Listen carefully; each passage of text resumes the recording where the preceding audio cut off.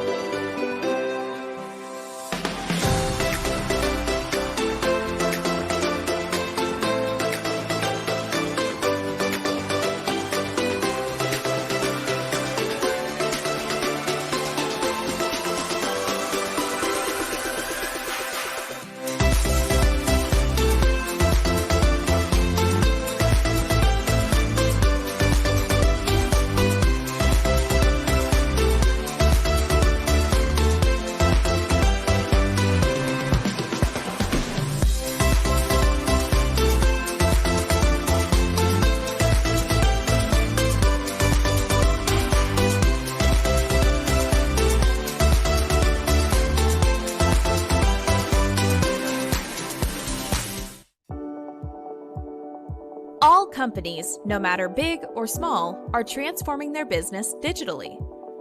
They're looking for talents with digital skills to drive digital transformation. Now everyone is expected to work with emerging technologies, where data is the key ingredient. No matter what background you're from, no matter which position you're in, you will be expected to work with data. The truth is, you don't need to be a data professional to work with data. What you need is the ability to analyze, communicate, and work with data. This is data literacy. But how do you become data literate? Step 1. Identify your digital skills. Step 2. Get clarity on what skills to learn based on industry demands. Step 3. Get a personalized learning path unique to you. Step 4. Get matched with jobs and projects relevant to you. Step 5. Connect with peers, mentors, industry experts, and employers. Step 6. Participate in competitions to build reputation. Join thousands of others in a growing community. Future-proof your skills. Become data literate with Rubik. Sign up to get started.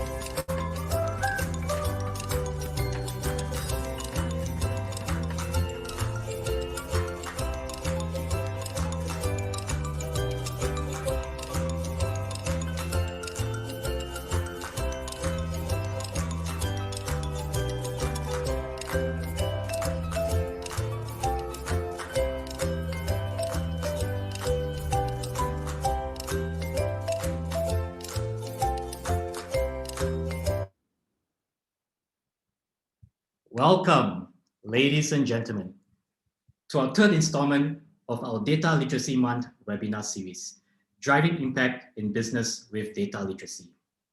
We are broadcasting this live via Zoom, LinkedIn, Facebook Live, and YouTube.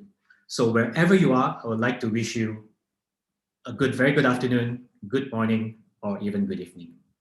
My name is Joe from the Center of Applied Data Science, also known as CATS. And I'll bring you through a quick introduction of this initiative that we are currently rolling out.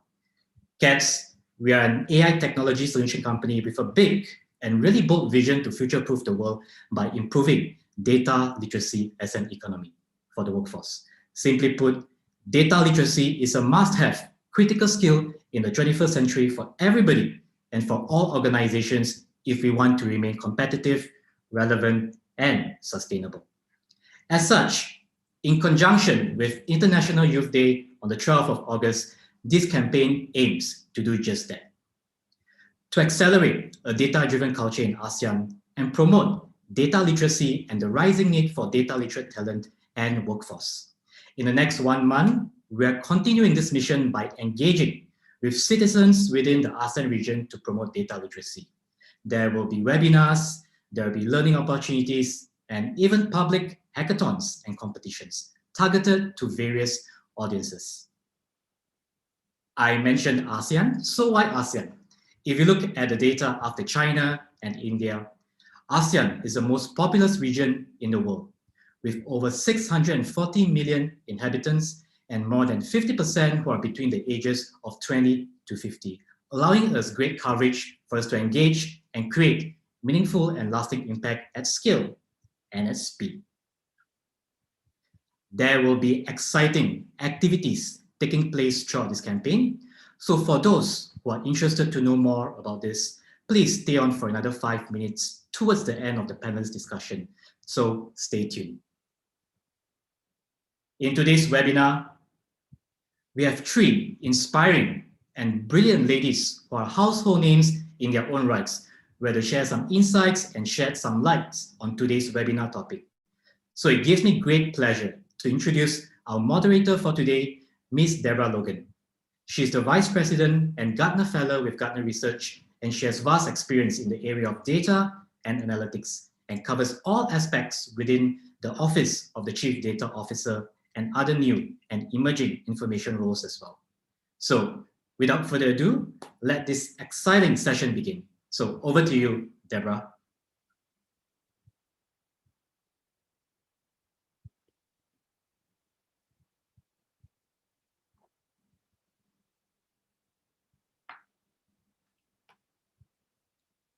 Over to you, Debra.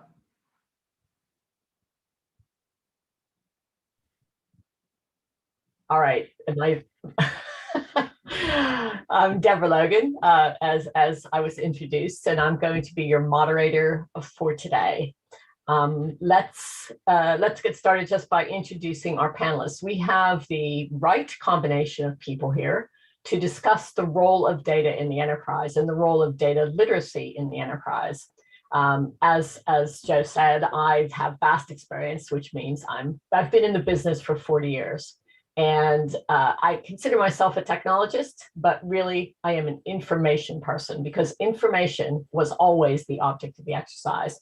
How do we become more data literate? Well, we have to work together with our business partners and HR. And to that end, we have Datuk Nora from our representing the HR part of this, and Renee from Renee, who is a business, health, wealth, and personal banking. I'm not giving you time to read these. I'd like you to talk more, ladies, about your backgrounds as we go through the questions. But if you'd like to just briefly introduce yourselves, and then we'll get started.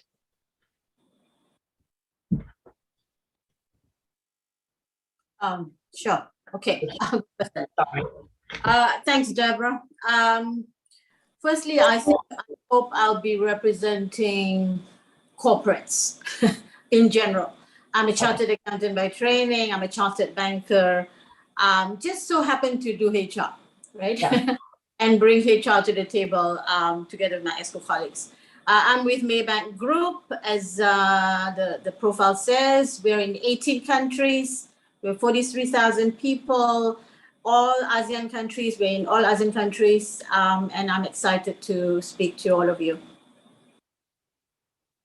And Renee? Sure. Hello, I am Renee Bullock-Cann. I am the head of wealth and personal banking at HSBC. I've been with HSBC for just over 20 years. Most of my career with HSBC has been in Bermuda. I moved here to Malaysia in September of 2019. I'm excited to be a part of this discussion today and to be a part of the panel and to talk about really how the world is changing and data is the key to the path forward. Thanks. And data is a part of all our lives, and I'm happy that we have people, we have business backgrounds, and that's really what we need. We need to understand the business. For too long, you know, technology has operated as, well, I'm going to go out on a limb here, as a priesthood, right? Separate, giving us a lot of stuff, and we have all of the technology that we need. But the object of the exercise has always been about information. And unlike technology, which is necessarily the realm of specialists, information is for all of us. And I think that if I were, you know, 20 years old or 25 years old or any age up until about 50 or retirement, data is the future. Okay, it's happening now and it is the future. We have the technology. Let's start working on the information. So I'm going to start by saying, hey, it's cool. We're here. Technology is great. That's the reason we're here, right? We can all be here, and this is just wonderful. But, you know, at Gartner, we have long found that one of the issues that we frequently face is technology first. And the business people say technology first, and the tech people say technology first, and the executives say technology first, because that's what the hype is, right? Technology is wonderful. It can do miracles. It cannot. We know that, right? And so one of the things that we've seen, technology first, but our refrain has been business skills, business objectives first. So the right information to the right person at the right time, that might happen, but you have to have the people and the business objectives in place. So as business stakeholders, and I'll put this first to you, Renee, as business stakeholders, how do you manage tech hype? Have you seen a bunch of it? And, you know, what do you think about getting the message through? How do you get this message across? So I think I'd add to what you were saying, and I would add customer first, right? If you have the customer lens and you understand the problem you're trying to solve for from a customer perspective, for their experience, their journey with you, then I think you'll have the right approach and the right end in view. I have seen, and it was definitely more maybe in my first 5 or so years of working for the bank, where there was a tendency of the folks sitting around the executive table to think that, and to be fair, at that time, they're all men, that they were really the focus group representing the population and the customer base in full. And we've made some mistakes as a result of that, right? You end up spending a lot of money on technology, and essentially you've bought, you know, a Ferrari, but you really only have the operational ability to drive it like it was, you know, a Honda. And there's just a lot that is wasted in that, and not really paying attention to, you know, the main stakeholder, which is the customer. So I think if you start with the customer, you're going to end up where you need to. So you do feel like we've made a lot of progress. That's encouraging. You know, I do still, I will say, you know, I still get a lot of technology first, and how do we persuade the, you know, particularly when new technology, AI comes on, right? Everybody wants this new technology, and they, you know, and it has a hype cycle, and then it you know, dies down. But it is encouraging that you and your colleagues are starting this conversation customer first. Absolutely. How about you, Dr. Nora? How do you handle this, the tech hype? Do you think it's still a problem? And do we need to technology first? How do we get our strategic business message across? Well, Renee, I agree with Debra. I think there is a lot more maturity today, especially a silver lining of COVID-19, isn't it? Right? As Satya Nadella famously said, I think it was in July last year, we have advanced the equivalent of 2 years in terms of, tech know-how and the knowledge of how to use technology, equivalent of 2 years within the first 2 months, right? This is case in point that you and I are very comfortable using Zoom and Microsoft Teams to engage. So there is a lot of maturity. But yes, it's not about the tech. It's about what you do with the tech, right? And that's another famous saying. It's not a cliche. We are believers of that. Now, if I use our example, Maybank, right? When I joined Maybank back in 2009, I was a member of a group of others who were invited to come in to take on Maybank's transformation from a champion of the country to a regional player. So, playing the Malaysian League or the regional league to English Premier League, right? So everybody was hyped up and coming in and, we almost, so that's the key word. We almost spent the equivalent of purchasing the Petronas Twin Towers in KL to replace our core banking system. Thank God we didn't do it, right? It would have been an elephant, right? And we wouldn't have used it to achieve what we've been achieving today.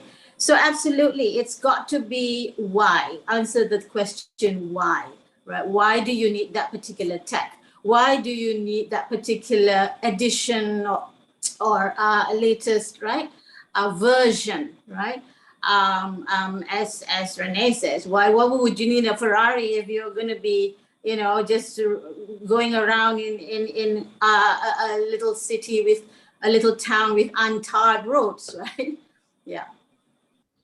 Yeah, interesting. I mean, I think that why question. So everybody, the big topic for the past 3 years has been digital transformation. And so get on, you say digital transformation. And I ask my clients sometimes, what do you mean by that? What are the business goals? And they go, that's a good question. And, it's not Gartner clients, it's the upper levels of management. Okay, let's define those terms, right? So, the hype and then kind of bringing people back into this, everything that we do has to have this sort of end goal because people will follow, enthusiastically. And then you get down the road and they're like, where are we going? Exactly. We're getting to a dot on the horizon. So I think that's a point well made. Okay, so following on from that, it sounds like, and this is a regional thing, I think it is in part a regional thing. I worked a lot, not so much in your region, but in South Africa back in the day. And it was like they were able to leapfrog a bit, right? Because we made all the mistakes. It was during the apartheid era, and then they were able to. And I could see how, clients were saying to me, yeah, we just skipped over that bit. And went straight to the tech that people are using now. So what do you think? Do you think that, your businesses, your region, however you want to phrase it, really are data-driven, are data-driven decision makers, are more mature or less mature than others? And how would you, how do you feel about the whole question of, do they understand data-driven decision making? Do they understand data literacy? Less about the tech, more about those particular topics. Either do I have a volunteer? Renee, you want to go ahead and take that one? I think data literacy means different things for different folks in different roles, right? So, if right now, data and analytics within HSBC in the business and the wing that I run, it's a separate group of people. And they're the experts. And typically we'll say something like, oh, well, we need to go ask data and analytics for X, Y, and Z. What we need to do is we need to transform that so that everyone has at least a baseline understanding of data and a baseline level of data literacy so that the questions that they ask will be better to drive for better decisions, but also that we start to embed that behavior in the business itself rather than going to a separate wing. Do I think, eventually that group of people will become irrelevant? No, not at all. I think you'll always need some level of expertise, but to some degree, we all own it, right? So to take it out of, say, just the specifics of banking, if you think about the experience at Disney, everyone owns the customer experience at Disney. Just, the ride operator to the gentleman who's sweeping, everyone needs to own it. So I think that's a journey. To be honest, Debra, I think there needs to be a concerted education effort by every organization and by every leader. I think there needs to be a bit of humility, specifically as leaders, maybe around my age group, where you have to learn something new.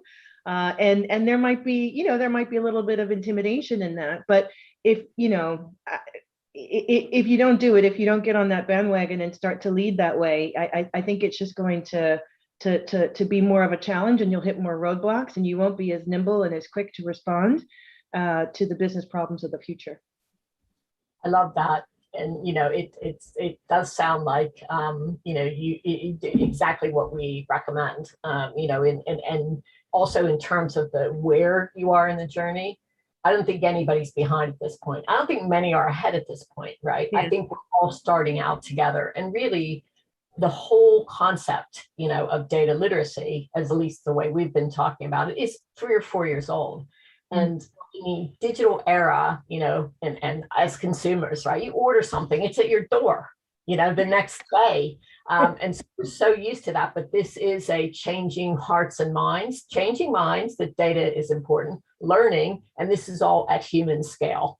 I think is really what you're saying here. So we're on a journey, and everyone says that, but I really mean it. Okay, this is going to take 15 years. So get started is really the message there. So how about you? Would you say, how do you talk about this in your organization, Datuk, Nora? Well, yeah, I think before I share what we're doing in Maybank, right? Here's some data for the audience, right? PwC says 82% of companies expect to use more data analytics, right? But the findings also show that only 1 in 10 companies in Asia Pacific have made changes in the way they use data, right? So that's one angle. The other angle, again, here's people generate 2.5 quintillion bytes of data daily. We are swimming in data, right? So the other angle I wanted to introduce here is really how are we using the data? And that's why there's a lot of conversations about data governance and so forth. And I know Gartner does a lot of that too, right? Because the earlier question about technology is cool. Well, it's not cool if you misuse data, right? And half-baked solutions, right? Incomplete data is a huge risk. So it is about getting everybody onto a minimum level. So that's how we approached it in Maybank.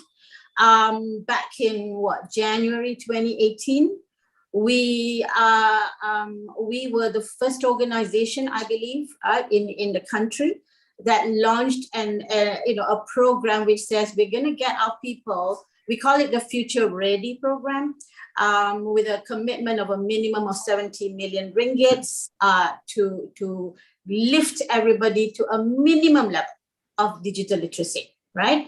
What does that mean? It's debunking myths. It's down to that, right?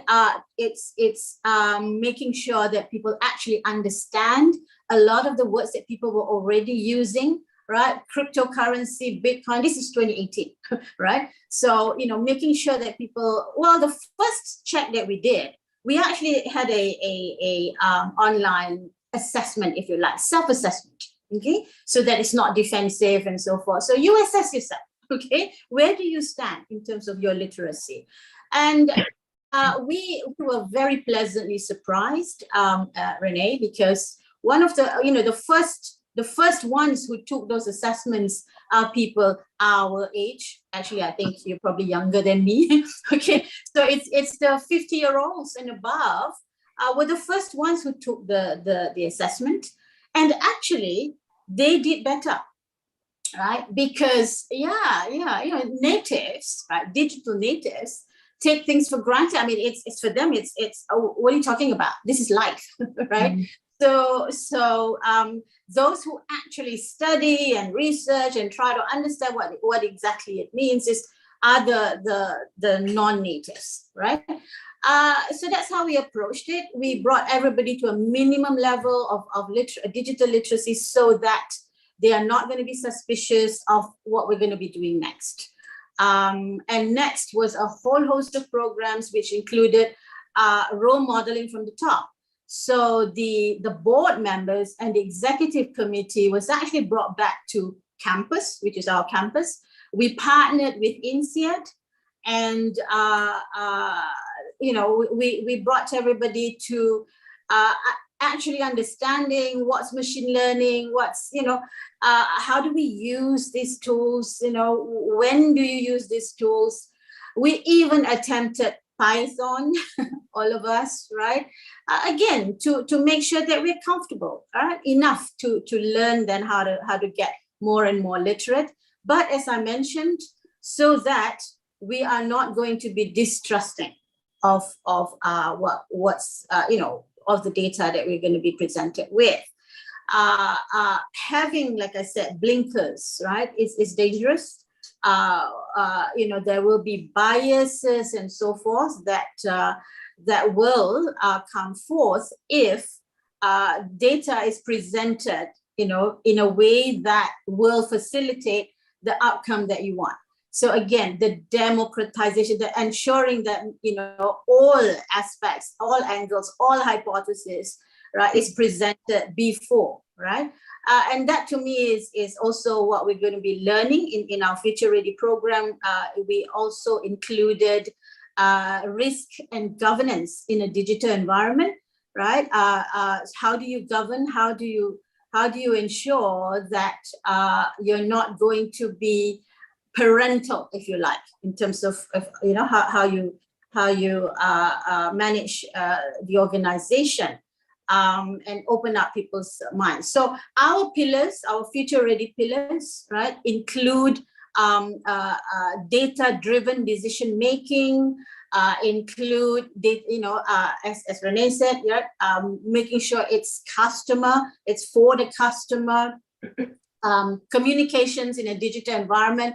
How do you, what are the booby traps? What are we, learning? So the point is we are all learning. So that's the most important message, I think, that we were, that we launched then. We're going to have to be supporting each other, keep an eye on the why, but nobody knows. Nobody knows the answer. So we're going to be, and that's why, that's agility in action.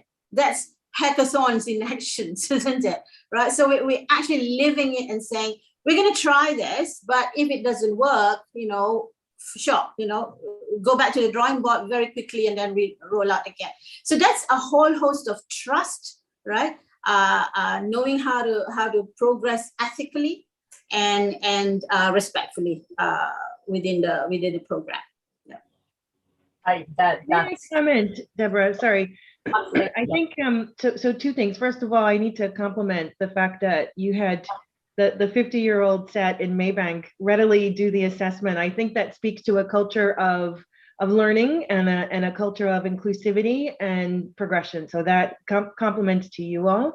And I would say that, listening to you and the journey that Maybank's been on, there's a lot of those same activities that are taking place within HSBC. So I think that's a proof point, evidence really that the industry itself is on a journey with future ready programs, with baseline literacy, education. There's just a lot of similarity. So that's great.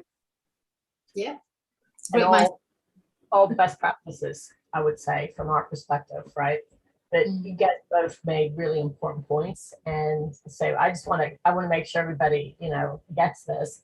The questions that they ask, I describe data literacy as a combination of two things, and the literacy analogy works really well. Common vocabulary, which you said, it absolutely, because everybody's thinking, I know what that is, or they're making it up, and even if they're a PhD computer scientist or a data scientist, it depends on how you're defining those things within your organization. So basic vocabulary. You can't learn to speak another language, unless you know the words and what the words mean, right? So that's perfect.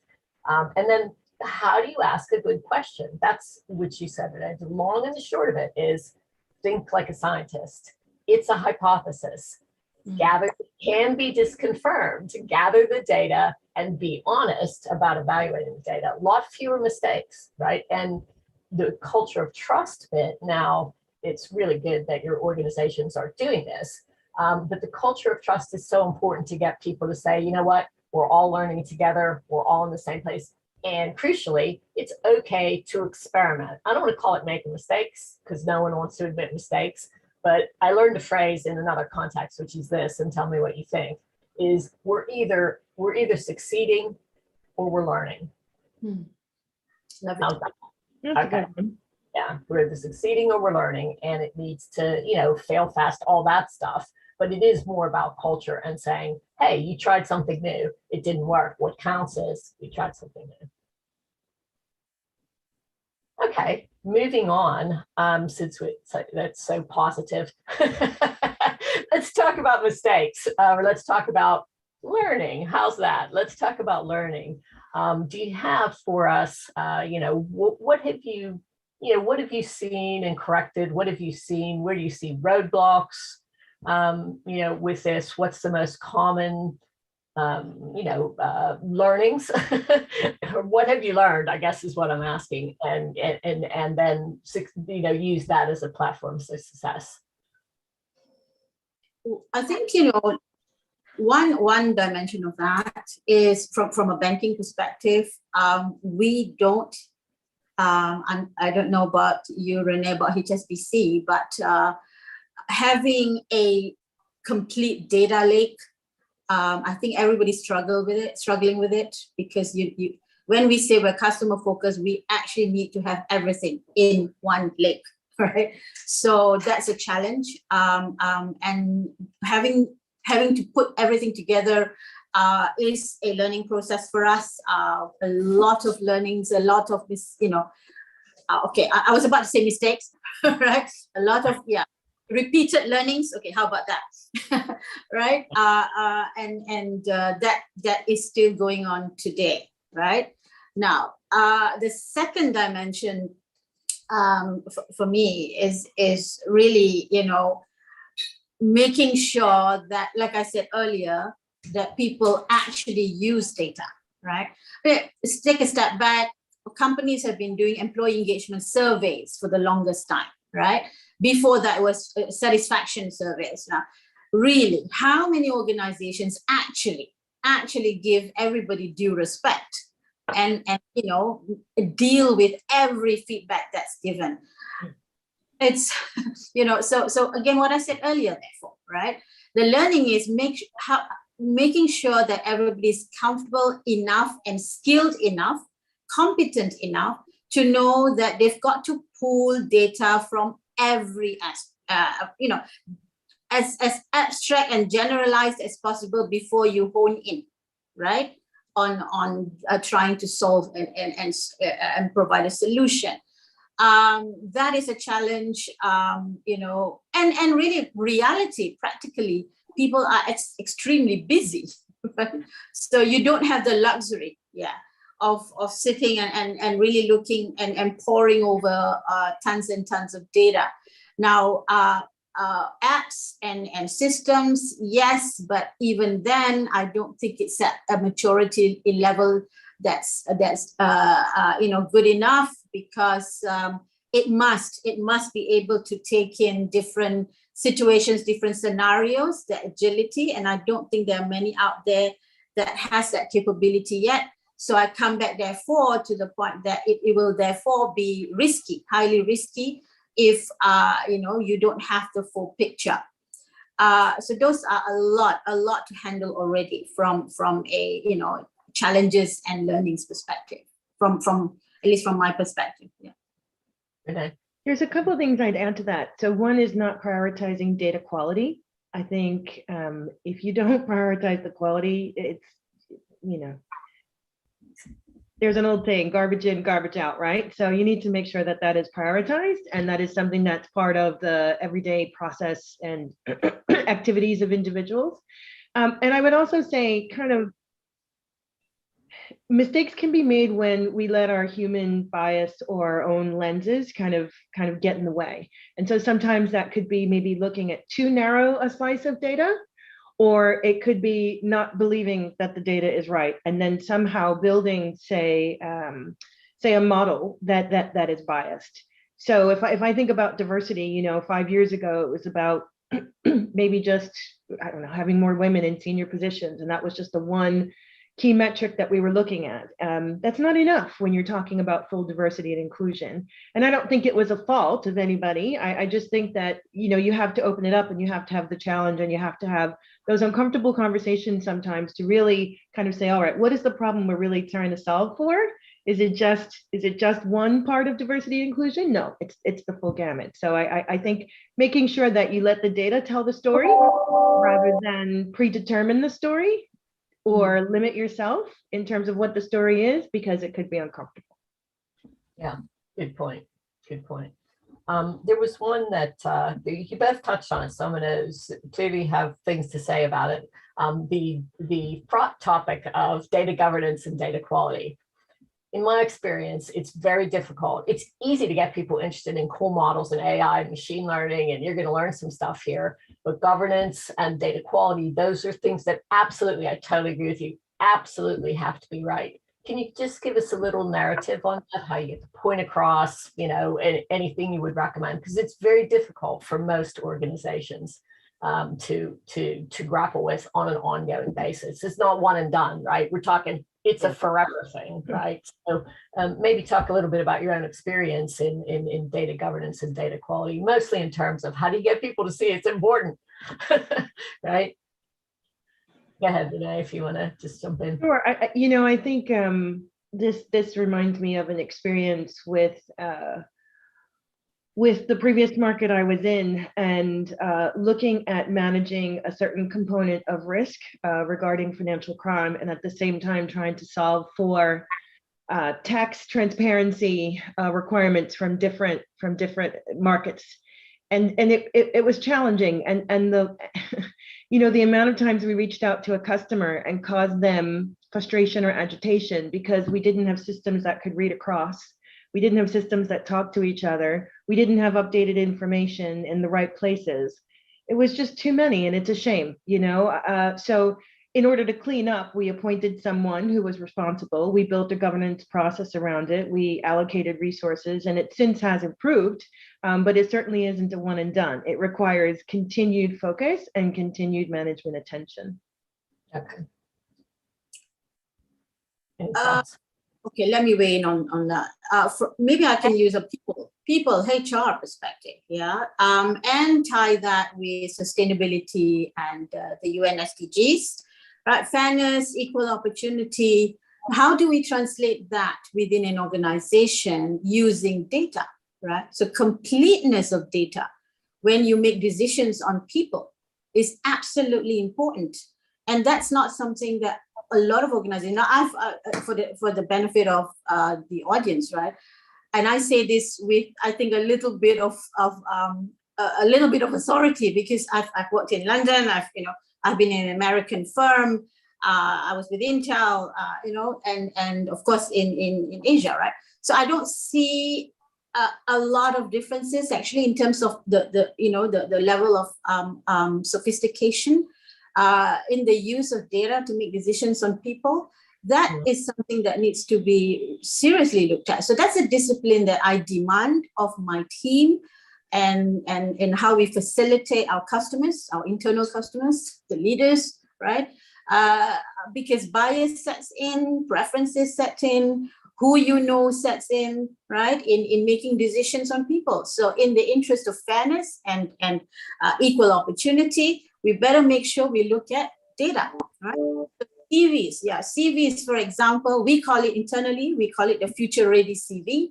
It was rolled out almost immediately after the rollout of the Future Ready upskilling program, where we said, guys, we need more data on you, right? And we want to make sure our HR information system contains much more than what's in the normal standard CV, which doesn't tell us much, right? So we've been collating and collecting real life, what I call it the proof of evidence, right?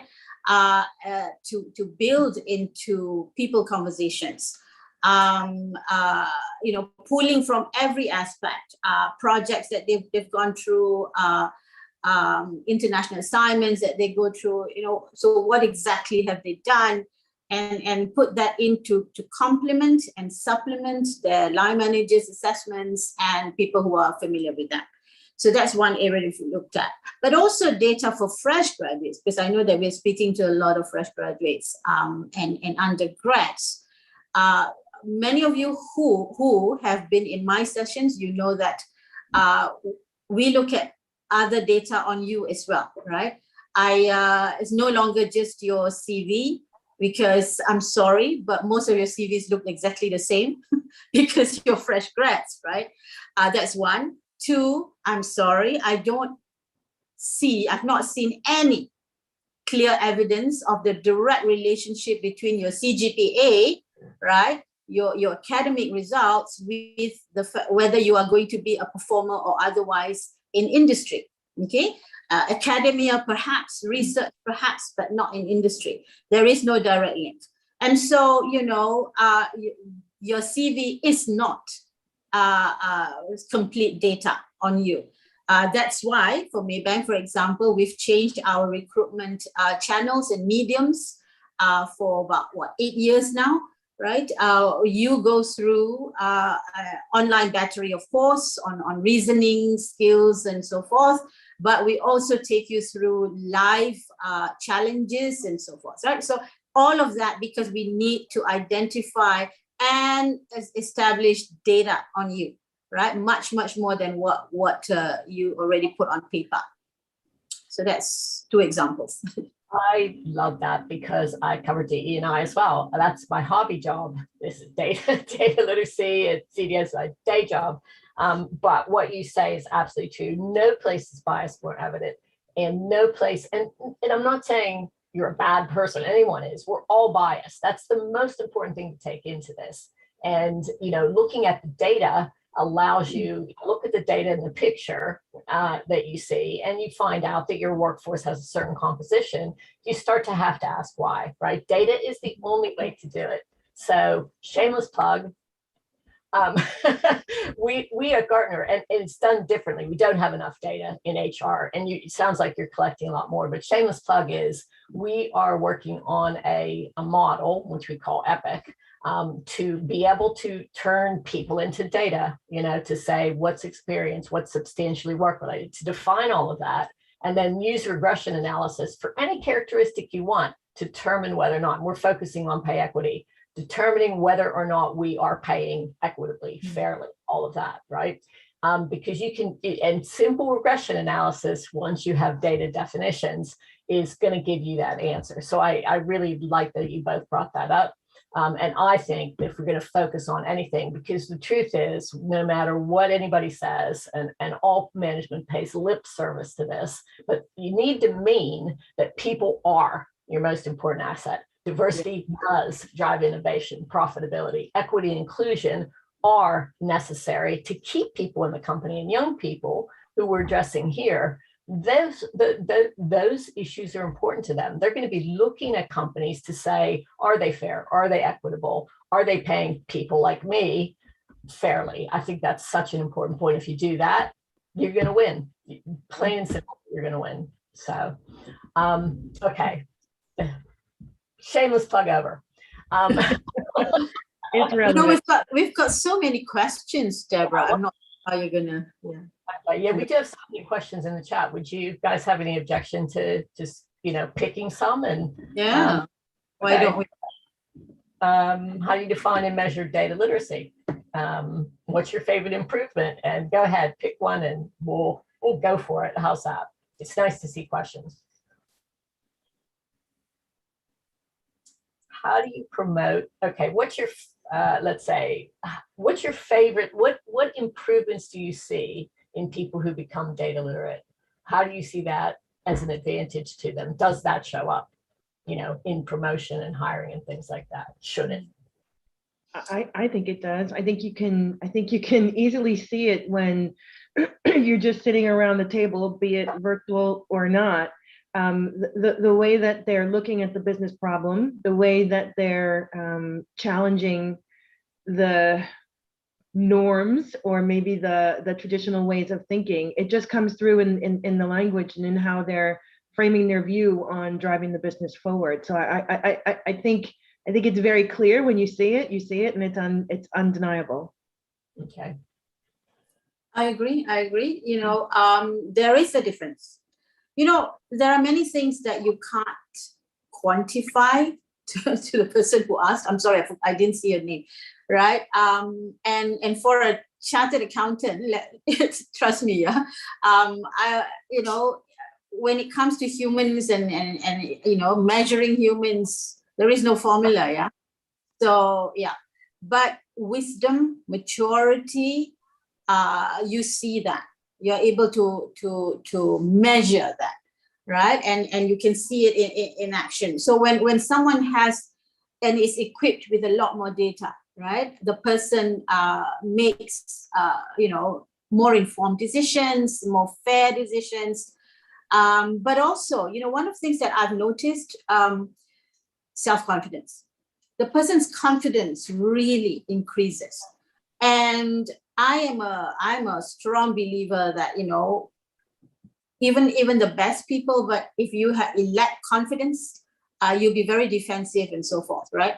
So that's something that I value, right? When they are more equipped with information and data, their confidence are significantly increased, and they therefore are in a listening mode rather than a lecturing mode, right? And that's very, very important, right? You know, being more inclusive, right? In terms of making decisions and so forth. Yeah. I love that, because, you know, what we found in the data and data research, diversity, equity, inclusion research, is that you know, and if self-confidence is lacking, and it does have certain demographic characteristics, you know, if confidence is lacking, then people don't apply for the jobs that they should have. Having an objective way of talking about that will give people confidence. It's the difference between succeeding and failing in a lot of cases. So I absolutely love that. And data literacy as a way to increase people's confidence, you know, by giving them skills. You know, just my own journey, right, as a Gartner analyst, it takes a while to put your ideas out there, and they're not you, and they're not your ego, and to say, this is a hypothesis, and we're going to collect data. And that's how we do our surveys. And it's been a real learning experience over the last 20 years, but I'm happier, you know, and I'm willing to say, okay, we didn't collect the data, but I want to say to the individuals in the audience, it's not trivial. We know that. We know that it's not trivial, but you need to try to think like a scientist. Your decisions will be better, you know, and you'll be more successful. You know, don't be afraid. Easy to say, hard to do. Build up your confidence with data skills. I think that's a really, really good message, particularly for this audience. It is. Okay, so we're going to go back to, because I think this is really important, and you both touched on it. People are busy. You said it. You know, there's a lot going on. They have their day jobs. How do you motivate people? How do you get their attention? And maybe we can talk both about communication as well as motivation here. How are you communicating with your organizations? How are you getting people's participation? Because they are giving, you know, I'm giving up my time, you know, to you for you to teach me something. How can I be assured that that's going to pay off? So talk about motivation and communication. Renee, do you want to go ahead with that one?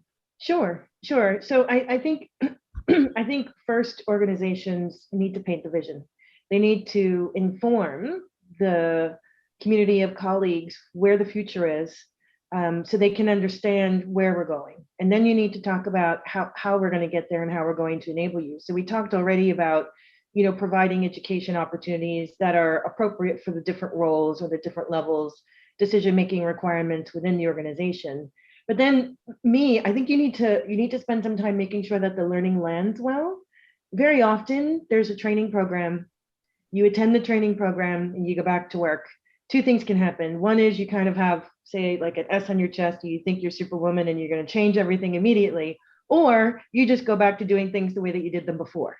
And I think making sure that the learning lands well, is getting people involved, finding a way to make it tactical, finding a way to make it fun, finding a way to ensure that there's recognition that's taking place, making sure that people can tangibly be involved, they can have a voice, they can be advocates.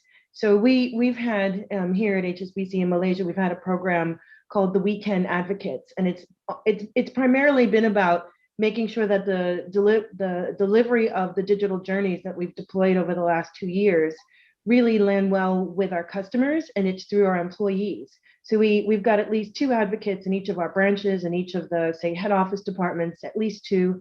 And it's their role really to kind of be the change agents for their particular unit.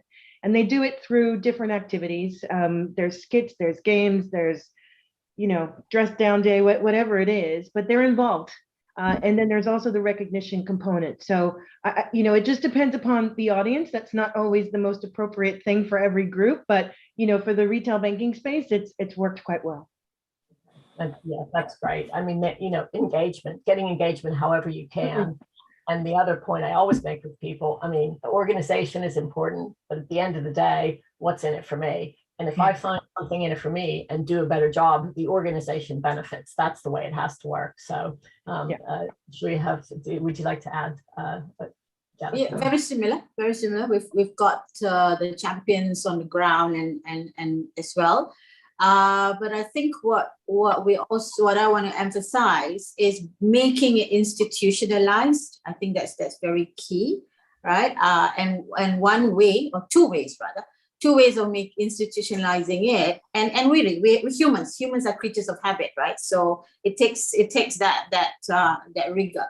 So firstly, in again, if I use a HR example, when approval papers are done up for appointments, the discipline of asking for more information. The signatory will just have to do that, right? And I do that, right? At the beginning, it's a bit painful because it slows it a little bit, but at the same time, it's picked up because it's been a few years now, right? So then the discipline is there already, that people know the decision maker does need more data-driven decision making. That's what it looks like, right? In a practical world. The other, of course, is at meetings. So these are additional examples to what we said just now, right? The bottom up and the recognition. This is from the top down to make sure that it's institutionalized. So in meetings, same thing, right? Quick doesn't mean incomplete, right? So speed is agility is expected, but if the data is not comprehensive, then go back to we'll regroup, right? We can regroup tomorrow, right? But we have to regroup if we don't have enough data. Yeah. Okay, there's a follow-on question actually from one of the panelists, but I think you've answered it, but add to it after I say getting the right data requires time. How do we get people to slow down? I have an answer for that, but please go ahead and how do we get people to slow down and know that what they do is important? How do we prioritize good over fast? Because the world is like fast. So if you've answered that, right? But I'm going to add, and you can add to either one of you. I'm going to add that we teach everybody. That's it goes all the way back in the circle to data literacy, right? So you don't have to wait for the data. The data is someplace where that it is, the data lake, or wherever it is, right? The data, where it is, you trust the data because you've been educated. You know what good data looks like, and basics around how to get that data analyzed, or alternatively, where to go for help if you can't do it yourself. That would be, the way that I would put it. What do you guys think of that? That's really the answer to it. We have to train everybody in data literacy, no exceptions. Yeah, if I can emphasize what it's back to what I said earlier, right? Everybody's learning, right? And we're rebuilding better again post-COVID, or knowing there is an endemic. So I think there was this, I can't remember who said this, but there's a very strong saying which says, in a changing world, and we are in a changing world, right? The learners will inherit the new world, right? The learned will find themselves perfectly suited for a world that no longer exists. So, that's very powerful, right? So, nobody, I definitely am not saying that I know everything, right? My palms sweat every time, right? But I think that's a good sign that hopefully I'm a learner, right? But if I may, Debra, very quickly, because there are some comments there that I need to, address without going one by one. But please understand that when I say everyone's learning, the entire ecosystem is learning, right?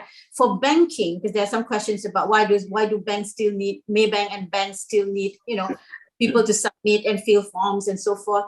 Well, we don't live in a bubble, right? We are a highly governed industry for the right reasons. So we've got, players like the central bank of every country that we are in, right? And there are requirements, right? Post 2009, there's a lot of worry about, when you're not managing risk properly, right? So bear with everybody. Everybody's trying to find a good way of operating in the new model. Banks are not in the same boat, right? As we know, nobody needs banks, but people need banking. People need financial well-being, and that's what we're trying to move towards, right? But in the meantime, yes, I'm sure there is pain there, in terms of you having to probably turn out for some particular process, right? That's a given, but please continue to give feedback, right? And hopefully all the players in the ecosystem will quickly respond to it. So we're coming up to, thank you for that. And thank you for also addressing the panelists, some of the panelists' questions. Sorry, we didn't have time to sort of go to each one in detail. Yeah. However, let's talk about what's really, we've been talking all along about what's really important. Now, from Gartner's perspective, I can state this unequivocally, for the past 3 years, right? We call this data literacy, and all that it entails: understanding of governance, understanding of analytical techniques, thinking like a scientist, the whole shoot match, right? And some people more advanced. How do you do data visualization? Or less advanced, how do you read a spreadsheet? How do you read a chart, right? Because a lot of people really struggle with that sort of thing. Mm-hmm. It is the critical skill, data literacy, and all for the 21st century, not just in your professional life, but also in your life as a citizen, making informed decisions as citizens, right? Understanding, for example, being able to do your own research on, what climate change means, what you believe about it, what can be done about it. All of those things require data literacy, right? And as organizations, those of you who represent them, these two organizations are going to be successful. I can predict that right now in doing that, because they're focusing on the right things. That means they will outperform. That means they will give the capitalist world, the market, what it wants. And so that is there is an unquestionable business benefit to this. But we just came through this pandemic. There's not money. People, there's a technical recession where you are, and companies are maybe relying on government support schemes. Talk about that a bit. How can we make sure, and in my experience, companies have begun to use it as an excuse not to do some of the things, DE and I, that they said they were going to do. So how do we overcome that? What advice can you give us there? Is this the right time? Do we keep going, or do we pull back on our digital efforts? What's your answer? You look regretful. Go with Renee. I think you need to keep going. The future is now. It's happening now. And if you don't evolve, if you don't change, you'll become irrelevant. So if you think about BlackBerry, right? No one carries a BlackBerry anymore. We wouldn't even think of it. So if I can appreciate that resources are limited. They are for any organization. You need to prioritize, and you need to think about where and what kind of investments are going to give you the best competitive advantage you could achieve for that investment. And you need to prioritize fiercely. That's what I would say. I can appreciate that sometimes it's hard to make that investment, but you don't grow without it. So, and if that's an investment in time around education, or if that's an investment in, new tech, or just maybe a resource that can help your company accelerate data-driven decision-making, I would encourage to go for it, because, the future's now. Totally agree. Yeah, we have to, right? And in fact, this is the best time when a lot of things are broken, right? Yeah, a lot of things are broken, and we are rebuilding, and it's not a cliche. We've all got to jump in and do our part. So from organizations to societies, right? We are in a better place. We are in a better level of understanding actually now how to use digital tools, and those words prior to COVID, right? Where COVID-19, where we say, hey, don't worry about job losses. Digitalization is here to augment human performance. Well, those were a lot of words that there wasn't enough action. So with COVID-19, the silver lining to me, and I think there are many who believe this. In rebuilding, we better make sure we've not let the crisis go to waste, right? So we are applying what we've had to all experience in the last 18 months now to rebuild. Yeah, so now's the right time. I'm a silver lining person too, and I will give you some data from inside Gartner, which is that our data and analytics practice, right? There's 75 or so of us now, all over, has never been busier. Companies have never been more interested in data.